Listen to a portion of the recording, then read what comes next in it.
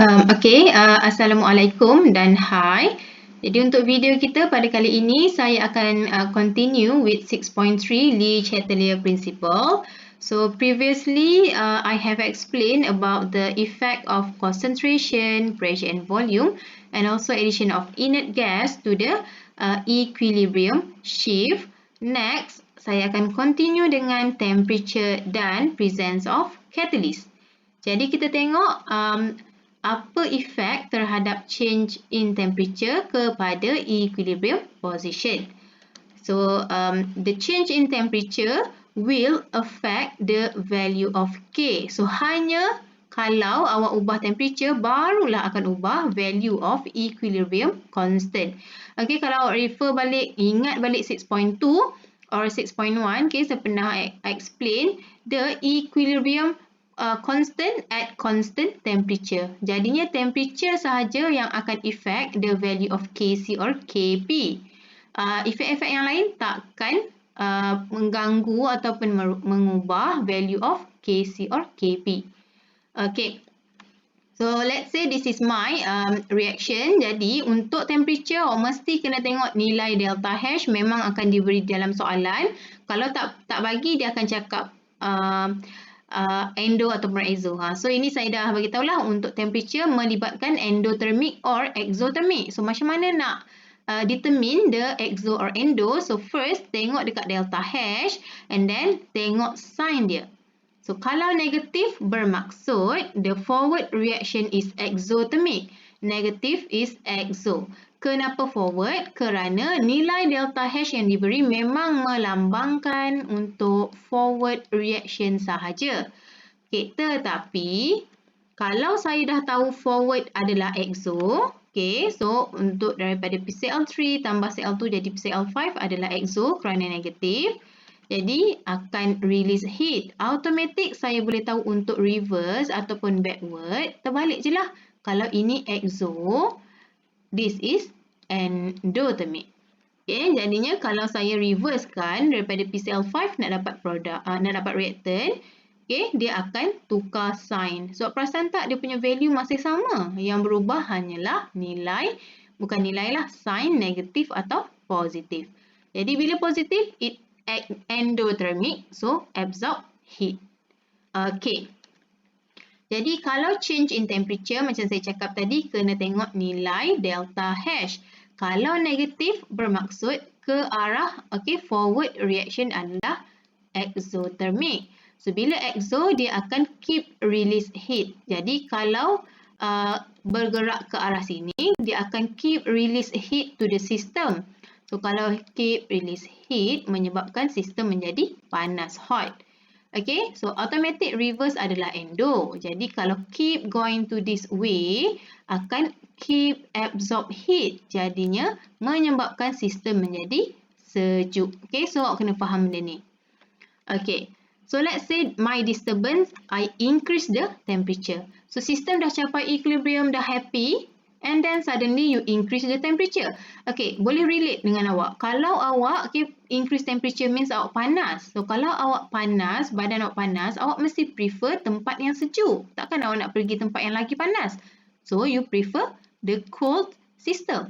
Jadi untuk dapat cold system ni, okay, because adds heat. So kalau adds heat, nak sejukkan balik, dia akan prefer arah yang akan absorb heat, iaitu endothermic. Okay, so bila endothermic, shift ke arah mana ni? Will shift to the left.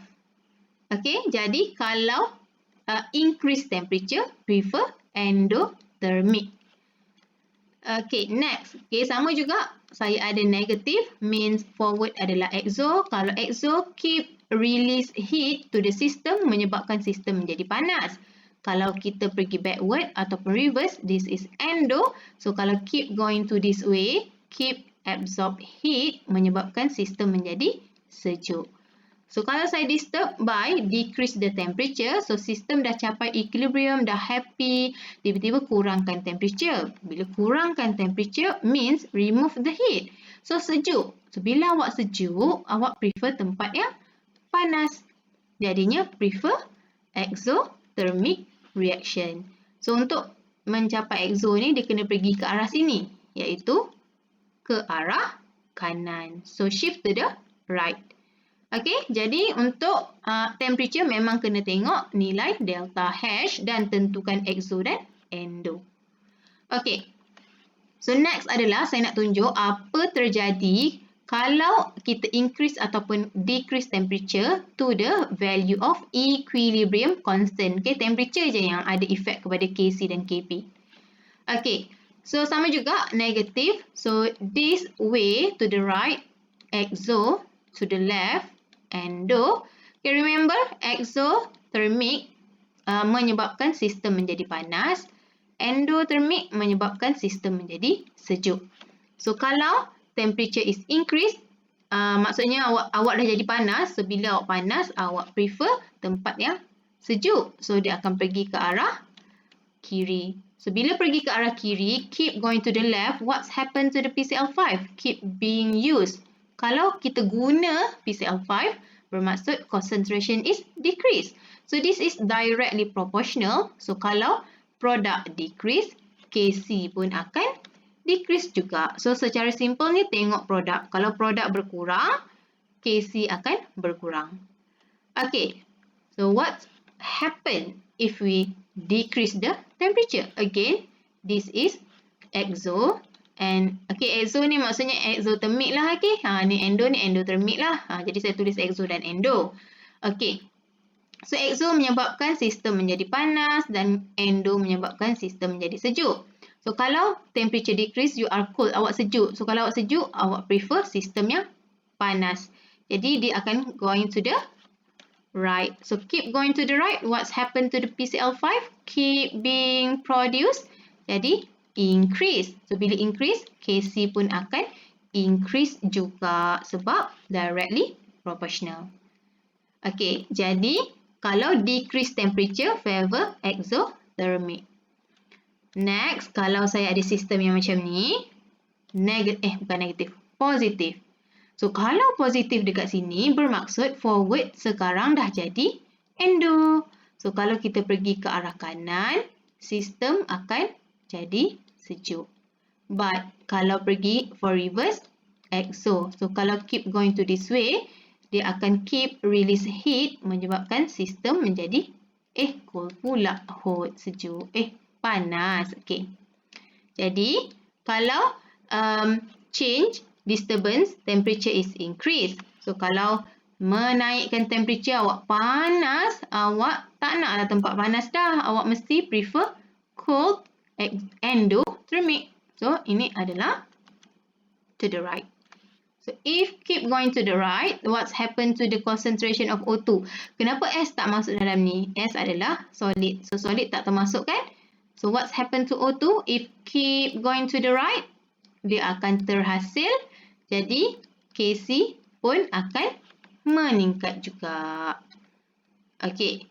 Next, what's happened if temperature decrease? So, again, this is exo and this is ya Allah, salah. Okay, this is endo kerana positif. And this is exo. Jadi, ini menyebabkan sistem menjadi sejuk. Ini menjadi panas. So, kalau awak kurangkan temperature, awak sejuk. So, awak prefer sistem yang hot. So, you prefer exothermic, dia akan pergi ke arah kanan, left, kiri. So, kalau keep going to the left, what's happened to O2? Keep being used. Jadi, dia akan berkurang. So, Kc pun akan berkurang juga. Okay. So, simply ingat, kalau produk meningkat, K akan meningkat. Kalau produk berkurang, K akan berkurang. So, increase in temperature favor endothermic reaction. Okay, jadi this is example untuk awak lagi faham. My delta H negative means forward is exo and reverse is endo. Okay, remember exo menyebabkan sistem menjadi panas, endo menyebabkan sistem menjadi sejuk. Okay, kalau kita menaikkan temperature means kita panas, sistem panas, dia prefer sejuk. Jadi, prefer endothermic. So, keep going ke arah sinilah untuk endo. to the left. So if keep going to the left, what's happened to N-3? Akan berkurang kerana digunakan untuk buat N2 dan H2. That's why this increase. Okay, what's happened to the Kc or Kp? If the product decrease, directly proportional, decrease juga. Okay, next, kalau decrease the temperature, awak sejuk, awak prefer sistem yang panas. Jadi, kena pilih exo supaya dapat sistem yang panas itu.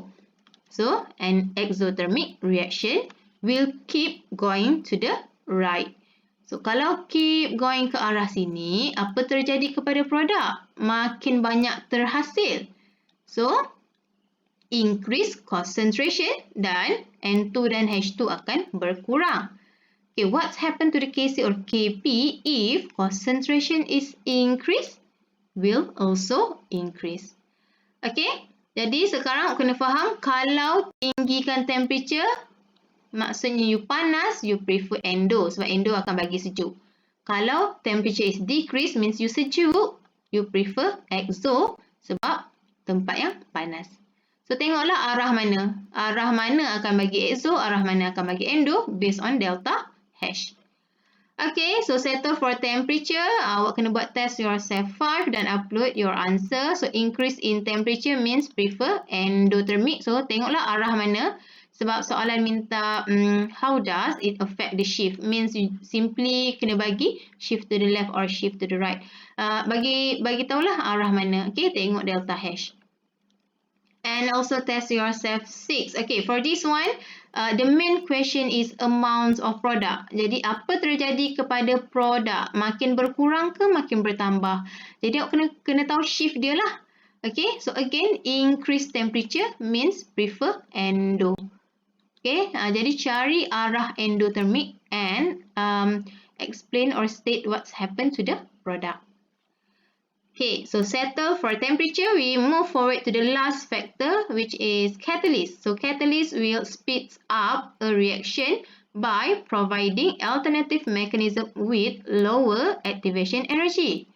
Will increase the forward and reverse rates to the same extent and shorten the time taken. Jadi catalyst menyebabkan reaction itu jadi laju lah. Okay, shorten the time taken. Mempercepatkan reaction. Tetapi remember that catalyst has no effect on equilibrium position. Jadi catalyst ni apa fungsi dia? Hanya mempercepatkan reaction but dia takkan ganggu equilibrium. Jadi kalau dah capai equilibrium and then you tambah catalyst, it will not affect the equilibrium position. So takkan ada shift to the left or shift to the right if you are adding catalyst. Okay? Jadi secara conclusionnya, kalau disturbance is concentration, ada effect kepada equilibrium position but no effect on K. Remember, concentration is for aqueous and gas only. So kalau ubah concentration solid or liquid will not affect the shift in equilibrium. For pressure, yes, for shift in equilibrium but no for change to the value of K. So pressure melibatkan gas sahaja. Okay, volume dia sekali dengan pressure. Okay, dia sekaligus. Jadi also yes and no. Remember kita ada satu lagi addition of inert gas. Okay, so inert gas ni ada dua condition. Satu constant pressure and satu lagi constant volume. Okay, constant volume tak ada effect on equilibrium position. Constant pressure ada effect shift to the left or shift to the right lah. Okay, and then temperature ada effect on shift equilibrium endo or exo and also effect the value of K, equilibrium constant. What about catalyst? Takkan effect equilibrium position, tak ada shift to the left, shift to the right dan takkan of course ubah value of K.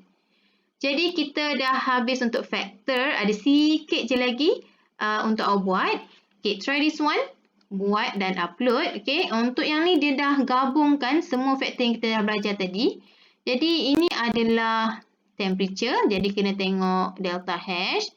Okay, what's happened to the shift? Shift to the left or shift to the right? And ini kalau awak kacau NF2 gas, means concentration, ini pressure, okay, ini inert gas. Saya nak tambah sini lah untuk constant pressure lah, okay. Jadi, what's happened to the equilibrium position? Okay, next is try this two pun sama. Saya nak awak buat dan upload. So, ni pun sama menggabungkan ke semua faktor-faktor yang kita dah belajar. And try this three pun buat dan upload your answer. Okay, dry ice adalah carbon dioxide. And this is inert gas. Okay, argon, inert gas.